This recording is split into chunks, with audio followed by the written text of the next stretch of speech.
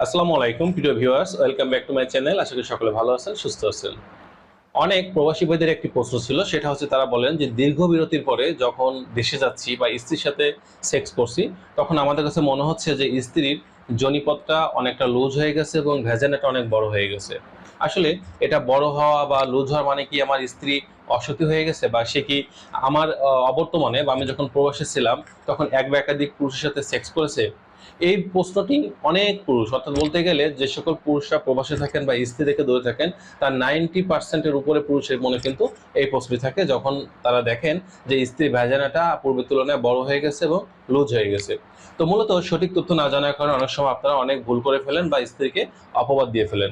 তো মূলত একজন স্ত্রীর ভ্যাজানা বড় এবং লুজ মনে হওয়ার বা ঢিলা মনে হওয়ার প্রথম নম্বর যে কারণ থাকে সেটা হচ্ছে বংশগত কারণ। অর্থাৎ কোনো মেয়ের যদি জিনগতভাবে বা বংশগতভাবেই ভ্যাজাইনা বড় হয়, তাহলে দেখা যাচ্ছে যে যত তার বিয়ের পরে দিন যাবে, বয়স হবে, তত স্বাভাবিকভাবে এটা বৃদ্ধি পাবে। অর্থাৎ জিনগতভাবে আমরা বোঝাই তাদের যে পূর্বের যে বিষয়গুলো থাকে, অর্থাৎ তাদের মা, খালা, ফুফু, দাদি, নানি, এদের যে জিনটা আছে, জিনটা যদি সে পায় এবং সে কারণে যখন ভ্যাজাইনাটা বড় হয়, এটা কিন্তু স্বাভাবিক নিয়ম। অর্থাৎ আমরা যারা পুরুষ আছি, আমাদের সকল পুরুষের পেনিস কিন্তু একরকম নয়।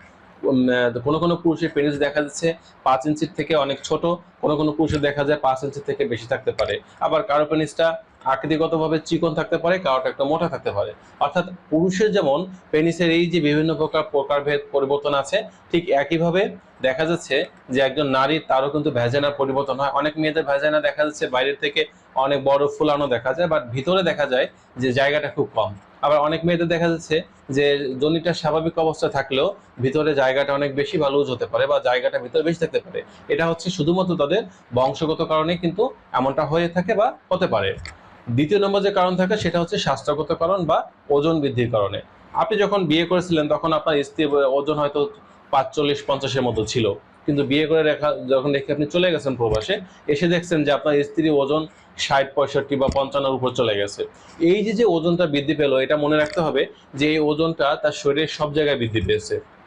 স্বাভাবিকভাবে তখন দেখা যাবে ভ্যাজানায় তো বেশ পরিবর্তন আসবে, এবং ভ্যাজানার এই এরিয়াটায় তখন দেখা যাবে যে অনেকটা বড় হয়ে গেছে ভ্যাজানা এবং অনেকটা লুজ মনে হচ্ছে, শুধুমাত্র অতিরিক্ত ওজনের ফলে। এখন যদি আপনার স্ত্রীর ভ্যাজানার সঠিক শেপ রাখতে হয়, ঠিক রাখতে হয়, তাহলে কি করতে হবে? অবশ্যই দেখা যাবে যে ওজনটা নিয়ন্ত্রণে রাখতে হবে। কিন্তু অপ্রিয় হলে সত্য যে আমাদের বাংলাদেশের যে মেয়েরা আছে, বিয়ের পরে কোনোভাবেই তারা ওজন সঠিকভাবে রাখতে চায় না বা রাখতে পারে না, যার কারণে ভ্যাজানাটার পরিবর্তন একেবারে স্বাভাবিক একটা ব্যাপার। তৃতীয় নম্বর যে কারণ সেটা হচ্ছে গর্ভধারণ বা সন্তান জন্মদান। এখানে আমি দুইটি বিষয় বলেছি, গর্ভধারণ এবং সন্তান জন্মদান। যখন কোনো মেয়ে গর্ভধারণ করে বা বাচ্চা কনসিভ করে, যখন 4 মাস অতিবাহিত হয়, এরপর থেকে তাদের ভ্যাজাইনার পরিবর্তন আসতে শুরু করে। স্বাভাবিক ছোট্ট একটা ভ্যাজাইনা এটা দিনে দিনে প্রসারিত হতে হতে বা বড় হতে হতে একটা বিশাল একটা জাম্বুরার মতো হয়ে যায়, যাতে এই জায়গা দিয়ে তার বাচ্চাটা নর্মালভাবে ডেলিভারি হয় বা বাইরে বেরিয়ে আসতে পারে। এখন সবার যে নর্মাল ডেলিভারি হবে বিষয়টা এমন না। যাদের সিজারিয়ান সেকশনে বাচ্চা হয়, ডেলিভারি করানো হয়, তাদের জায়গাটা কিছুটা কম ক্ষতিগ্রস্ত হয়।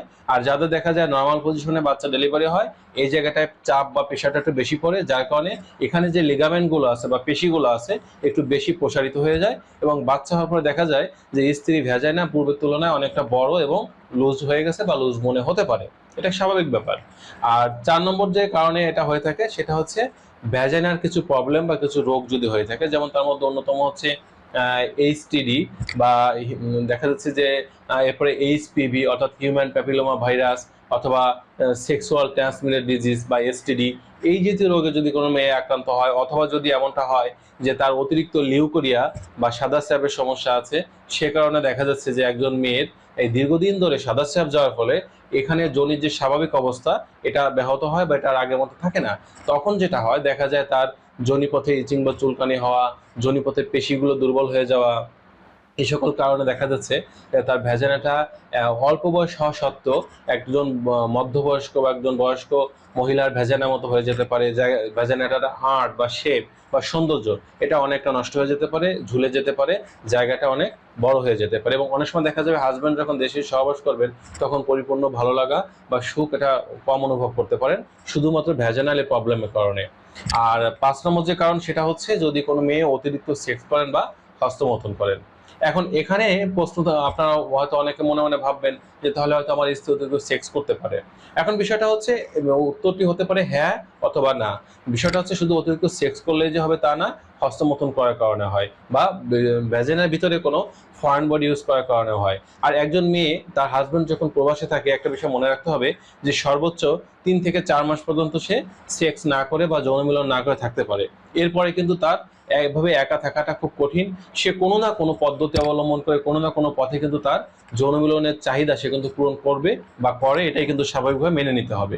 কারণ আপনি যখন প্রবাসে গেছেন তখন দেখা যাচ্ছে যে আপনি হয়তো ফোনে যখন কথা বলছেন স্ত্রীকে অনেক উত্তেজিত করতেছেন, ভিডিও কলে যখন কথা বলতেছেন অনেক উত্তেজনামূলক কথা বলার একটা পর্যায়ে দেখা যাচ্ছে নিজেও নগ্ন হচ্ছেন এবং স্ত্রীকেও টোটাল নগ্ন করে দেখাদেখি করতেছেন। কিন্তু আপনারা ভুলে যাচ্ছেন যে এই যে দেখাদেখি করতেছেন এখানে কিন্তু থার্ড পার্টি আছে, অর্থাৎ আপনারা যে অ্যাপসটা ব্যবহার করতেছেন এই অ্যাপসের যারা মালিক তারা কিন্তু এটা নিয়ন্ত্রণ করতেছে এবং তারা কিন্তু আপনাদেরও এই নগ্ন অবস্থাটা দেখে নিচ্ছে। তো আপনারা এই সেন্সলেস হয়ে যখন এই কাজগুলো করছেন তখন দেখা যাচ্ছে যে আপনার স্ত্রী কিন্তু অতিরিক্ত উত্তেজিত হয়ে যাচ্ছে বা তার সেক্সুয়াল বিষয়টা কন্ট্রোলে সে আর রাখতে পারছে না। এমন অবস্থায় যদি কোনো পুরুষের সান্নিধ্যে যাওয়ার সুযোগ থাকে বা পরকীয়া সম্পর্ক করার সুযোগ থাকে তাহলে অবশ্যই আপনার স্ত্রী পরকীয়া করবে বা পরপুরুষের সাথে সেক্স করবে। আর যদি দেখা যায় যে তার এই ধরনের কোনো সুযোগ নাই বা সে করতে চাচ্ছে না, তখন সে হস্তমৈথুন বা ফিঙ্গারিং করতে পারে। অথবা বর্তমান সময়ে বাজারে পেনিস সদৃশ্য অনেক বস্তু পাওয়া যায় যেটাকে আমরা ফরেন বডি বলে থাকি, এগুলো ব্যবহার করতে পারে, ভিতরে প্রবেশ করাতে পারে। অথবা ভাইব্রেটর মেশিন ব্যবহার করতে পারে, অথবা দেখা যাচ্ছে ডিলডো আছে এগুলো ব্যবহার করতে পারে।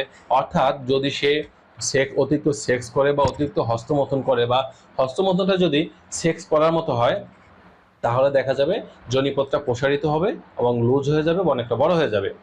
লাস্ট নম্বর যে কারণে এটা হয়ে থাকে সেটা হচ্ছে বয়স বৃদ্ধির কারণে। অর্থাৎ যখন কোনো মেয়ের বয়স বৃদ্ধি পাবে তখন দেখা যাবে তার শরীরে ইস্ট্রোজেন হরমোন লেভেলটা কমে যেতে পারে, থাইরয়েড হরমোনের সমস্যা দেখা দিতে পারে, মেনোপজ বা পিরিমেনোপজের সমস্যা দেখা দিতে পারে। অর্থাৎ এই সকল কারণে তখন দেখা যায় যে একজন নারীর ভ্যাজাইনা বড় হয়ে যেতে পারে বা লুজ মনে হতে পারে। এখন বিষয়টা হচ্ছে আমার স্ত্রীর ভ্যাজাইনা বা যোনিপথটা কেন বড় হলো, লুজ হলো, এজন্য শুধু শুধু তাকে দেখা যাচ্ছে যে অসতী বলা বা তাকে অপবাদ দেওয়ার পরিবর্তে আমাদেরকে কারণটা জানতে হবে কি কারণে এমনটা হচ্ছে। আর যদি সুনির্দিষ্ট কারণ থাকে যে হ্যাঁ আপনার স্ত্রী এরকম কোনো পুরুষের সংস্পর্শে গিয়েছে বা এ ধরনের কোনো সম্পর্ক লিপ্ত হয়েছে, তথ্য প্রমাণ আছে, তাহলেই কেবলমাত্র তাকে আপনি অপবাদ দিতে পারেন। তাছাড়া তাকে অপবাদ দেওয়ার কোনো সুযোগ নেই বা এটা দেওয়া উচিত নয়। তো বন্ধুরা এই ছিল আজকের বিষয়। ভিডিওটি যদি ভালো লাগে লাইক দিতে পারেন, বন্ধুদের মধ্যে শেয়ার করতে পারেন। যা এখন মতো চ্যানেলটি সাবস্ক্রাইব করেনি চ্যানেলটি সাবস্ক্রাইব করে চ্যানেলের সাথে থাকবেন। সকলে সুস্থ সুন্দর জীবন কামনা করছি। আজ এ পর্যন্তই। আল্লাহ হাফেজ।